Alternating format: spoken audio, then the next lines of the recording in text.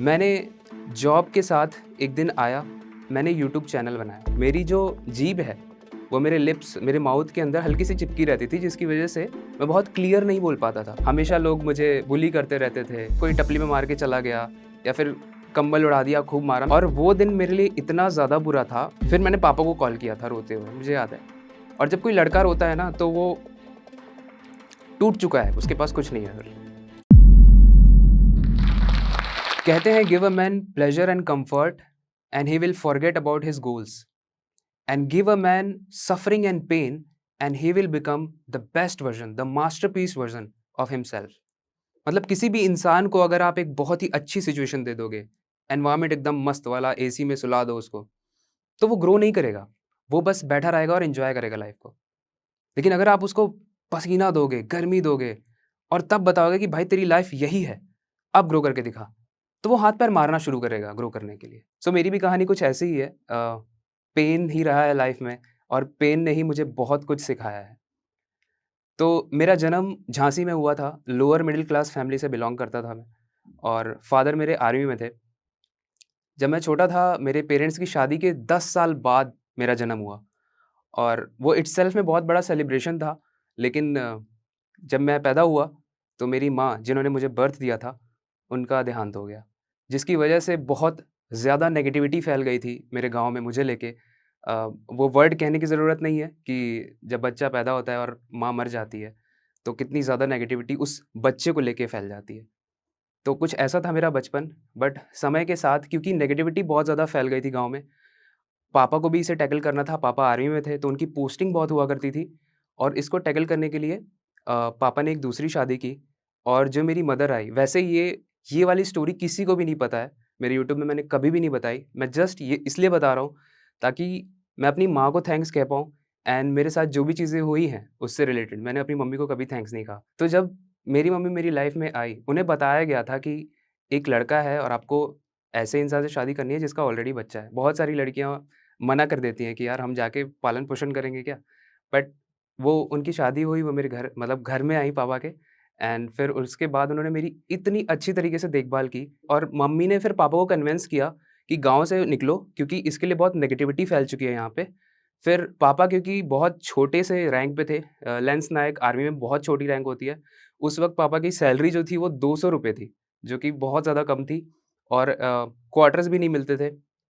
पैसे ना होने की वजह से जब पापा ने अप्लाई किया ऑफ़िसर्स को तो हमें क्वार्टर मिला, बट ना हमारे पास कोई टीवी था, ना हमारे पास बेड था। हम लोग नीचे सोते थे, खाना भी वहीं पे किसी तरीके से बनता था। तो इस तरीके की मैंने चीज़ें देखी हैं। इसके बाद जैसे-जैसे मैं बड़ा हुआ, मेरे को एक प्रॉब्लम थी कि मैं क्लियरली नहीं बोल पाता था। जैसे आप लोग अभी सुन रहे हो, मैं उस तरीके से नहीं बोल पाता था। डायथेरिया करके एक कुछ सिम्पटम होते हैं, उसका ऐसा कुछ नहीं है कि एकदम लास्ट स्टेज पे था, उसका थोड़ा-सा टच आता था मेरे पे। मेरी जो जीभ है, वो मेरे लिप्स, मेरे माउथ के अंदर हल्की-सी चिपकी रहती थी, जिसकी वजह से मैं बहुत क्लियर नहीं बोल पाता था। और जब आप क्लियर ही नहीं बोल पाते हो, जब आपकी कम्युनिकेशन ही अच्छी नहीं है, तो लोग आप में इंटरेस्ट नहीं लेते हैं, राइट? मैं थोड़ा-सा मोटा भी था, तो अनअट्रैक्टिव भी दिखता था, पर्सनैलिटी भी अच्छी नहीं थी, बोल भी नहीं पाता था और इंट्रोवर्ट भी था। ऐसा लगता था कि भगवान ने सारे श्राप मुझे बचपन से दे के भेजे हैं। बट समय के साथ मुझे मेरे कोई फ्रेंड नहीं थे इंट्रोवर्ट होने की वजह से और फैमिली बहुत प्यार करती थी। बट जैसे-जैसे मैं बड़ा हुआ, 11th में आया, मुझे बहुत बुली किया गया क्योंकि मेरा कोई दोस्त नहीं था और प्रोटेक्ट करने के लिए हमेशा आपको एक दोस्त चाहिए होते हैं, जो बाकी के बच्चों से प्रोटेक्ट करते हैं, तो वैसा कुछ नहीं था मेरे साथ। हमेशा लोग मुझे बुली करते रहते थे, मेरे बोलने का मज़ाक उड़ाते थे। 10th हुआ, 11th हुआ, मैं एक बहुत ही एवरेज स्टूडेंट था। मतलब अगर मैं बताऊँ तो 10th में मैंने 33 मार्क्स से मैथ्स पास की थी। मैं इतना ज़्यादा एवरेज स्टूडेंट था। और जैसे-जैसे मैं 11th में आया, तो यही सारा बुली और बदतमीज़ी जो लोग मेरे से करते थे, मैं इसकी वज़ह से डिप्रेशन तो नहीं बोल सकते बट बहुत ज़्यादा सैड रहता था। तो 11th में मैं फ़ेल हो गया। फ़ेल मतलब किसी एक स्पेसिफ़िक सब्जेक्ट में नहीं, किसी एक टर्म में नहीं, पूरा ईयर बैक हो गया। जो मेरे लिए बहुत ज़्यादा शॉकिंग था क्योंकि हमारे ख़ानदान में कभी कोई फ़ेल नहीं हुआ था और मैं फ़ेल हो गया उस दिन और मेरे मुझे ऐसा फ़ील हुआ मेरे पापा ने मुझसे बात नहीं की। ऐसा कहते हैं ना कि पापा मार-वार लें वो चलेगा, लेकिन यार बात ना करें वो दिल टूट जाता है फिर आपका। मेरे पापा ने मुझसे 3-4 महीने बात नहीं की और मेरे लिए वो बहुत ज़्यादा डिवास्टेटिंग था। बहुत ज़्यादा डिस्टर्ब हो गया था मैं कि बाहर तो यार कोई दोस्त है नहीं वैसे भी और घर में भी अब मेरी जो वैल्यू थी वो काफ़ी डाउन जा रही थी। तो एक तरह से अंदर से मैं मर ही रहा था। बट धीरे-धीरे मैंने सोचा कि जो हो रहा है लाइफ़ में कुछ ना कुछ तो अच्छा लिखा होगा, वो शायद मैं उसमें मेरा उस पे कोई काबू नहीं है। फिर 11th के बाद 12th हुआ, वही सेम सिचुएशन जो लोग मुझे भैया कहते थे, वो मेरी क्लास में आके अब सेम क्लास में आके मुझे भैया कह रहे हैं। और वो बहुत ज़्यादा एक बच्चे के लिए, उस टीनेजर्स के लिए बहुत ज़्यादा टफ़ सिचुएशन होती है। बट फिर भी वो सब झेलते-झेलते किसी तरीके से मैंने अपनी स्कूलिंग की 11th, 12th वापस से 11th रिपीट किया उसको फिर 12th किया। 12th के बाद फिर मैं ग्रेजुएशन में पहुँचा और ग्रेजुएशन भी मेरी उसी तरीके से एक एवरेज स्टूडेंट की तरह चल रही थी, ना दोस्त थे, कोई नहीं था। फिर धीरे-धीरे एक दिन क्या हुआ, मेरे पापा का सेकंड ईयर में, जब मैं ग्रेजुएशन के सेकंड ईयर में था, प्रमोशन हुआ और उस वक़्त पापा सूबेदार बन गए। मतलब उनको 1 स्टार लग गया था। मतलब वो नीचे वाली स्टेज से पापा ने आर्मी जॉइन की थी और धीरे-धीरे वो ऊपर जा रहे थे। जब सूबेदार बने, उनकी 1 स्टार लगी और हम लोग मिलिट्री हॉस्पिटल से वापस आ रहे थे कुछ काम करके। तो वो सीन आप लोग ज़रा ध्यान से सुनिएगा। वो सीन ऐसा था कि मैं बाइक के आगे बैठा हुआ था। मेरे फ़ादर मेरे बाइक के पीछे बैठे थे, मैं ड्राइव कर रहा था। और आर्मी में एक रूल होता है कि जब कोई भी बड़ी पोस्ट वाला वहाँ से गुज़र रहा हो, तो जितने भी संतरी हैं, जितने भी गार्ड्स हैं, वो सब सैल्यूट करते हैं बड़ी पोस्ट वाले को। तो मेरे पापा को सब लोग सैल्यूट कर रहे थे, लगभग 6 से 7 ऐसे गार्ड्स आए बीच में, जो मेरे पापा को सैल्यूट कर रहे थे। और क्योंकि मैं आगे बैठा हुआ था, तो मुझे ऐसा फ़ील हुआ कि वो सारे सैल्यूट्स मुझे लग रहे हैं और मुझे मेरे लिए वो बहुत प्राउड मोमेंट फ़ील हो रहा था। मेरे अंदर एक आग आ गई कि यार शायद तेरे लिए आर्मी बना है, क्योंकि दोस्त तो कोई बन नहीं पाए, ठीक है? बाकी सारी चीज़ें तो हो नहीं पाई, बट शायद तू अगर मेहनत करे, तू अगर फ़िज़िकल एफ़र्ट करे, पढ़ाई करे, तो तू आर्मी में जा सकता है। उस दिन से मैंने पीछे नहीं देखा, मैंने बहुत प्रिपरेशन की। मैं बहुत मोटा था, तो मैंने अपना लगभग 30 केजी वेट लूज़ किया और उस दिन जिस दिन ये इंसिडेंट हुआ था बाइक वाला, उस दिन मैं लगभग 10 किलोमीटर भागा था। जो बंदा कभी नहीं भागा है, उसके लिए 10 किलोमीटर भागना बहुत ज़्यादा टफ़ होता है। मेरे पैर में दर्द होने लगा था, मेरे को फ़ीवर आ गया था। बट मेरे अंदर उस फ़ीवर के साथ-साथ एक और फ़ीवर आया था, वो था कि आर्मी में जाना है, ठीक है? उसके बाद मैंने रेगुलर प्रैक्टिस की और वो दिन आया जब आर्मी रिक्रूटमेंट था। मैंने रेस क्लियर कर ली, डॉक्यूमेंटेशन क्लियर कर ली और अगले दिन मेरा मेडिकल था। तो मैंने पापा को, अपने दोस्तों को, जो भी कलीग्स थे, उन सबको बता दिया था कि भाई अब मैंने लाइफ़ में कुछ उखाड़ लिया है, ठीक है? जिस दिन मेडिकल हुआ, उस दिन अ, डॉक्टर्स ने बोला कि आपके एल्बो में कोई एंगल मिसिंग है, जिसकी वज़ह से आपका आर्मी में नहीं हो सकता। और वो दिन मेरे लिए इतना ज़्यादा बुरा था, अभी भी मैं बता रहा हूँ तो थोड़ा इमोशनल हो गया, बट वो दिन मेरे लिए बहुत ज़्यादा बुरा था। मुझे ऐसा लग रहा था कि शायद लाइफ़ में कुछ नहीं है अविनाश के। और फिर मैंने पापा को कॉल किया था रोते हुए, मुझे याद है। और जब कोई लड़का रोता है ना, तो वो टूट चुका है, उसके पास कुछ नहीं है फिर। सॉरी। मैंने पापा को कॉल किया कि पापा यहाँ भी नहीं हो पाया मेरा। और पापा ने तो पहले मेरा रोना सुना, मैं चिल्ला-चिल्ला के रो रहा था। मैंने बोला कि पापा किसी काम का नहीं हूँ मैं, यहाँ भी नहीं हूँ, अब को क्या ही होगा मेरा। पापा ने बोला कि कुछ बड़ा लिखा है तेरे किस्मत में, तू हार मत। देखो ये सब लाइन्स बहुत अच्छे होते हैं, बट जब सिचुएशन अच्छी होती है, जब आप टूट चुके हो ना, तब आपको कुछ नहीं समझ में आता है। क्या मोटिवेशन होता है, क्या लर्निंग होती है, जो कोई बड़ा इंसान आपको कुछ कह रहा है, तो लाइफ में वो मैटर कर रहा है या नहीं कर रहा है। उस वक़्त तो मैं बस एक पेड़ के नीचे बैठा और मैं अपनी किस्मत पे रो रहा था बस। मैंने बोला अच्छे से रो लेता हूँ मैं, क्योंकि अब कुछ नहीं है मेरे हाथ में। उसके बाद जब मैं वापस आया, तो पेरेंट्स ने मुझे कोशिश की थोड़ा ठंडा करने की, बट ऑब्वियसली मैं बहुत रो रहा था। थोड़ा समय बीता और मैं ये मान चुका था कि मेरी लाइफ में कुछ नहीं होने वाला है। अब मैं बस फ्लो के साथ जाऊँगा। जो हो रहा है लाइफ में बस करता जाऊँगा, कुछ भी मेरे हाथ में नहीं है। मैंने कॉर्पोरेट जॉइन किया, 11,000 की मेरी सैलरी थी और वहाँ से जब मैंने शुरू किया, तो मेरे पेरेंट्स चाहते थे कि मैं गवर्नमेंट जॉब करूँ और उनके लिए ये बहुत ज़्यादा इम्पोर्टेंट था, जस्ट लाइक अ ऑर्थोडॉक्स पेरेंट, ठीक है? तो मैंने थोड़ी-सी एक्टिंग की 1-2 साल उसी कॉर्पोरेट के साथ-साथ, बट मेरा गवर्नमेंट जॉब में नहीं हो पाया। तो जिसकी वजह से अगेन वो डिसअपॉइंटेड थे कि 11th में फेल हुआ है और गवर्नमेंट जॉब भी नहीं हो पा रही है इससे, ठीक है? तो आप ये समझ रहे हो कि एक बच्चा जिसके साथ बचपन से ये सारे इंसिडेंट हुए हैं, वो बहुत ज़्यादा लो फ़ील करता है कि जब उसके पेरेंट्स भी एक्सपेक्टेशन रखें और वो ना उतर पाए। भले ही वो मुझे कोई फ़ोर्स नहीं कर रहे हैं कि यार तू यही कर, लेकिन एक एक्सपेक्टेशन दिख रही है आपको और ये भी दिख रहा है कि आप उस पे खरे नहीं उतर पा रहे हो। तो वो मेरे लिए भी बहुत नेगेटिव था। मैंने सोचा कि मैं इस नेगेटिविटी से बाहर निकलता हूँ पहले तो। तो मैंने लखनऊ छोड़ने का सोचा। मैंने नोएडा में जॉब ढूँढी और नोएडा में मैं जॉब मुझे मिली और मैं 22,000 की नौकरी पे नोएडा में शिफ्ट हो गया। उसके साथ-साथ मुझे पता था कि जॉब मुझे नहीं करनी है। मुझे कुछ ऐसा करना है जो मेरी लाइफ़ को से लोगों को इंस्पायर करे। क्योंकि मेरी लाइफ़ बहुत ही ज़्यादा टफ़ रही है और ये टफ़ लाइफ़ से जब बनते हैं लोग, मैंने अक्सर देखा है, तो बहुत ऊपर जाते हैं, बहुत स्पीड से ऊपर जाते हैं। मुझे पता था कि ये जॉब ठीक है, सर्वाइवल के लिए है बस, ठीक है। वहाँ से मैंने काफ़ी सारे यूट्यूबर्स, क्योंकि मैं देखता रहता था अक्सर नौकरी मतलब अपनी जॉब से आके जो चिल आउट होता था वो मेरा नेटफ्लिक्स पे नहीं होता था, वो मेरा यूट्यूब पे ही होता था। बहुत सारे क्रिएटर्स को, जैसे बीबी के वाइन्स हो गए, कैरी मिनाटी हो गए और भी बहुत सारे लोग जो कि लॉजिकल बात करते हैं, या तो एंटरटेन करते हैं, या तो इंस्पायर करते हैं, या तो एजुकेट करते हैं। यही सारी चीज़ें चल रही थी यूट्यूब पे। मैंने सोचा कि क्यों ना यहाँ पे अपनी एक स्पेस बनाई जाए। ये मेरी एक वैसी दुनिया होगी, ये एक मेरी वैसी ऑडियंस होगी जो मुझे समझेगी, जो मेरी बात मानेगी, और वहाँ पे अविनाश उनके लिए एक इंस्पिरेशन होगा। मैंने जॉब के साथ एक दिन आया, मैंने यूट्यूब चैनल बनाया और यूट्यूब चैनल बनाने के साथ-साथ मैंने बहुत सारे नाम सोचे कि क्या नाम रखा जाए कि लोग बहुत उसको, जब वो फ़ेमस हो तो लोग उसको एज़ अ ब्रांड माने। मैंने बहुत सारे नाम सोचे, कभी द अनप्लग्ड अविनाश सोचा, कभी क्रिएटिव अविनाश सोचा। वही जब कोई इनिशियल फ़ेज़ पे कोई भी एक यूट्यूबर, स्ट्रगलिंग यूट्यूबर सोचता है कि नाम क्या रखा जाए? मुझे कुछ समझ ही नहीं आ रहा था। फिर मैंने सोचा कि मेरी लाइफ़ ही तो मेरी स्ट्रगल है ना, मुझे वही तो लोगों को बताना है। मुझे वही तो लोगों को इंस्पायर करना है कि कैसे तुम इस स्ट्रगल को भी बिना हारे आगे जा सकते हो। तो मैंने यूट्यूब का नाम अविनाश कुमार ही रख लिया। मेरा नाम ही रख लिया मैंने यूट्यूब का नाम। और मैंने जब अपनी पहली वीडियो डाली, उसकी जो स्क्रिप्ट की थी मैंने अपनी मोटिवेशनल जर्नी को लेके, तो उसपे सिर्फ़ 100 व्यूज़ आए थे चैनल बनाने के बाद। मैं बहुत खुश था कि पहली वीडियो में 100 व्यूज़! इतने सारे व्यूज़ का क्या करूँ मैं? खुशी हो रही थी मेरे को बहुत। शेयर करने के लिए कोई ऑब्वियसली नहीं था, बट वो इटसेल्फ में मैं खुद ही में खुश था। जब आप ये 9 टू 5 वाली जॉब कर रहे हो और कहने के लिए वो 9 टू 5 होती है, वो बज जाता है आपका 6-7 तो बज ही जाता है घर आते-आते। फिर वहाँ से आके स्क्रिप्टिंग करना, उसमें 1 घंटा लगता है। उसके बाद अपने ही वीडियो की खुद एडिटिंग करना, एडिटिंग करने के बाद उसको पब्लिश करना और कल के लिए वापस से स्क्रिप्ट लिखना।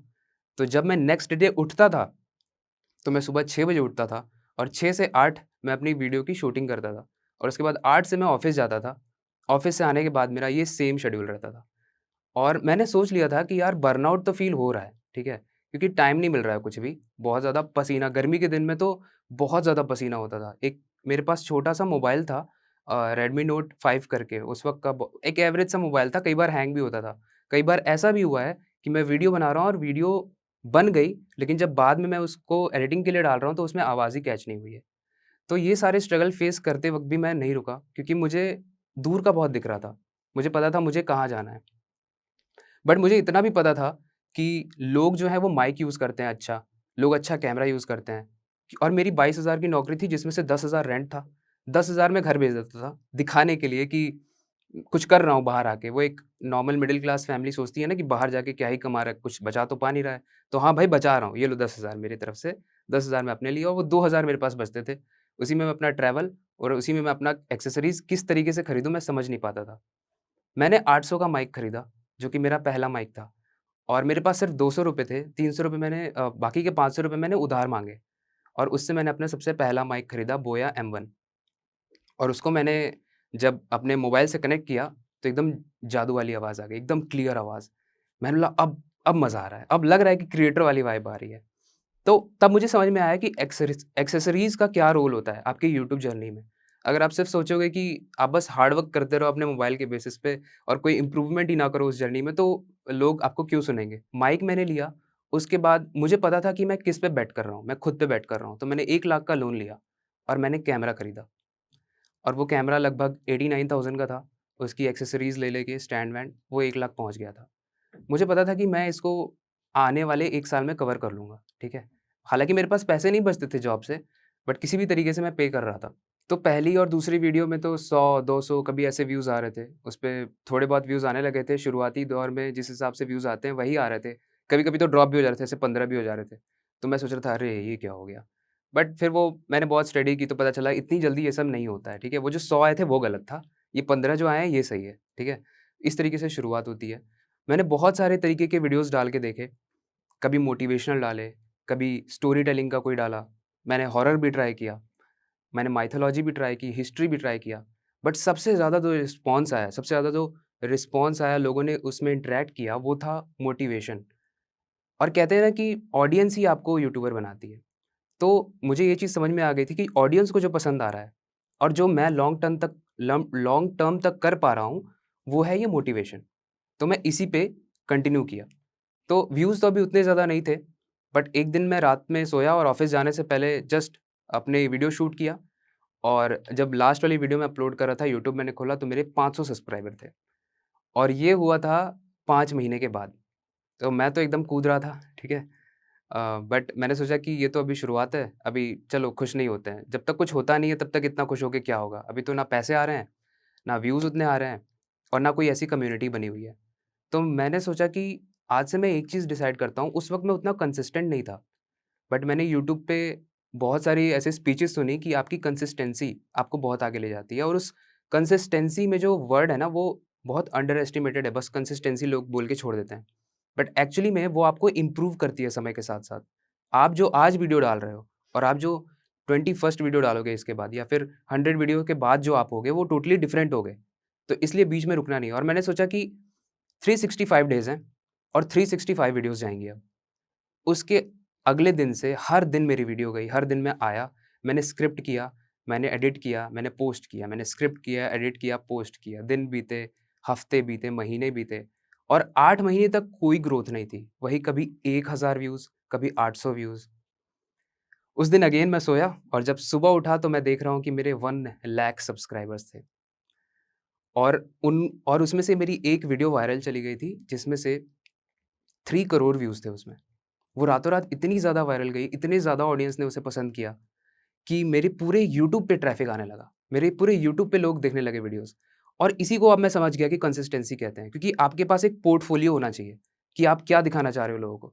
अगर आपकी 1 या 2 वीडियो में से कोई वायरल हो जाएगी ना, तो लोग आपसे कनेक्ट नहीं कर पाएँगे कि भाई क्या था ये तो कंटेंट ही नहीं है इसके पास। अब मुझे समझ में आया कि लॉन्ग टर्म गेम क्यों कहते हैं यूट्यूब को, क्योंकि आपके पास इनफ कंटेंट होना चाहिए लोगों को परोसने के लिए कि भाई ये देख लिया, अब ये भी देखो और लोगों ने उससे रिलेट किया। और जो लोग मेरे कोई दोस्त नहीं थे, मेरा कोई बचपन से सब नेगेटिविटी था ना, ये सब पॉज़िटिव होने लगा, बट उसके एट द सेम टाइम बहुत सारे नेगेटिव कमेंट भी आते थे। तो नेगेटिव कमेंट्स कुछ ऐसे आते थे, जैसे मोटिवेशन तो दे रहा है लेकिन खुद क्या किया? उन लोगों को सुनो जो अपनी लाइफ़ में कुछ उखाड़ पाए हैं, अविनाश में टाइम वेस्ट क्यों कर रहे हो? तो इस तरीके से कमेंट्स आते थे बट मैं सोचता था कि यार अभी आँख बंद कर लेते हैं। एक दिन जब किसी अच्छे स्टेज पे होंगे, तो लोग खुद देखेंगे कि भाई उनको नहीं पता है कि आपकी स्टोरी क्या है। सामने वाला बंदा आपके लिए थर्ड पर्सन है और वो अपने हिसाब से, अपने लाइफ़ के परसेप्शन के हिसाब से आपको जज कर रहा है। तो मैंने सोचा कि भाई इसकी भी लाइफ़ में कुछ प्रॉब्लम्स ही चल रही होंगी, इसलिए मेरे को जज कर रहा है, रहने दो, ठीक है? मेरी लाइफ़ ऑलरेडी टफ रही है, मैं अपना करता रहता हूँ और मैं करता रहा और वो जो 365 वाला मैंने चैलेंज लिया था, उसमें से 1 दिन भी नहीं था जब वीडियो ना गई हो। पूरे 1 साल तक मैंने वीडियो डाली और जैसे ही 9th मंथ था मेरे यूट्यूब स्टार्ट करने का, उस दिन मेरे 1 मिलियन हिट हुए और जिस दिन 1 मिलियन हिट हुए थे, मेरे पास यूट्यूब से वो इन्विटेशन एक आता है गोल्ड बटन अप्लाई करने का, वो मैं अप्लाई कर रहा था, मैंने अप्लाई भी किया। बट जिस दिन मेरे 1 मिलियन हुए थे, मुझे आज भी याद है 25th ऑफ फ़रवरी था 2024, उस दिन मेरा ब्रेकअप हो गया। बोलते हैं ना कि मेरी लाइफ़ में कुछ शुरू से ही सही नहीं चल रहा था। तो अगेन भगवान ने मुझे रिमाइंडर दिया कि भाई तू कंफर्टेबल होने लगा था, फिर से ले तेरा ब्रेकअप। मैं बहुत ज़्यादा टेंशन में था। उस दिन मुझे समझ में नहीं आ रहा था कि वो 1 मिलियन का सेलिब्रेशन करूँ या ब्रेकअप का गम मनाऊँ, ठीक है? और वो बहुत ब्यूटीफुल रिलेशन था। लेकिन क्योंकि मैं लोगों को ही मोटिवेट करता हूँ, तो अगले दिन फिर से मैंने कैमरा ऑन किया, फिर से स्माइल करते हुए अपनी वीडियो बनाई और अंदर टेंशन में भी हूँ। बट मुझे लोगों को ये बताना था कि कोई भी प्रॉब्लम आ जाए, मैं लाइफ़ से ये सीख चुका था कि आपको बस सर्वाइव करना है हर सिचुएशन में। आपका ब्रेकअप हो रहा है तब सर्वाइव करना है। आपके फैमिली में से किसी का देहांत हो गया तब आपको सर्वाइव करना है। आप फेल हो गए तब आपको सर्वाइव करना है। आपका कोई दोस्त नहीं तब आपको सर्वाइव करना है। और जिस स्टेज में आप हर स्टेज में सर्वाइव करते जाओगे, तो आप सीढ़ी ऊपर-ऊपर चढ़ते जाओगे। और जहाँ आपने सर्वाइवल वाला गेम छोड़ दिया, तो आप मर जाओगे उस दिन, या तो अंदर से या तो बाहर से। मैंने सोचा कि सर्वाइव तो करना है बट करना कैसे? दिमाग गेम खेल रहा है मेरे साथ, मेमोरीज़ आ रही हैं और वही बाउंस बैक आ रहे हैं कि यार ऐसा लग रहा है कि बहुत वीक हो चुका हूँ मैं, बट हर दिन कैमरा ऑन करना है। मैंने अपने आप से ये प्रॉमिस किया कि ये जो एनर्जी है, ये जो ब्रेकअप की यंगस्टर्स के अंदर ये जो ब्रेकअप वाली एनर्जी होती है ना, लोग इसको बहुत मिसयूज़ करते हैं। ये बहुत पावरफुल एनर्जी होती है, मेरा ये कहना है।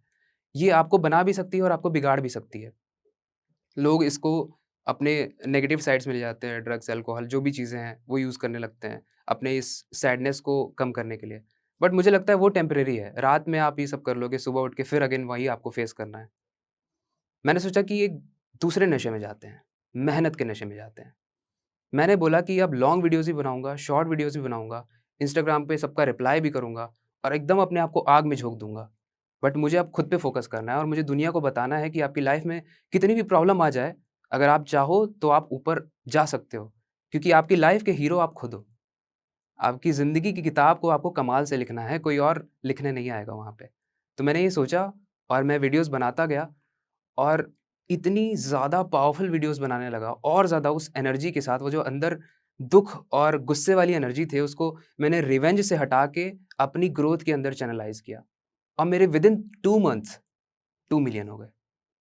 मुझे समझ में आने लगा कि भाई जो आप चाहो, वो आप कर सकते हो।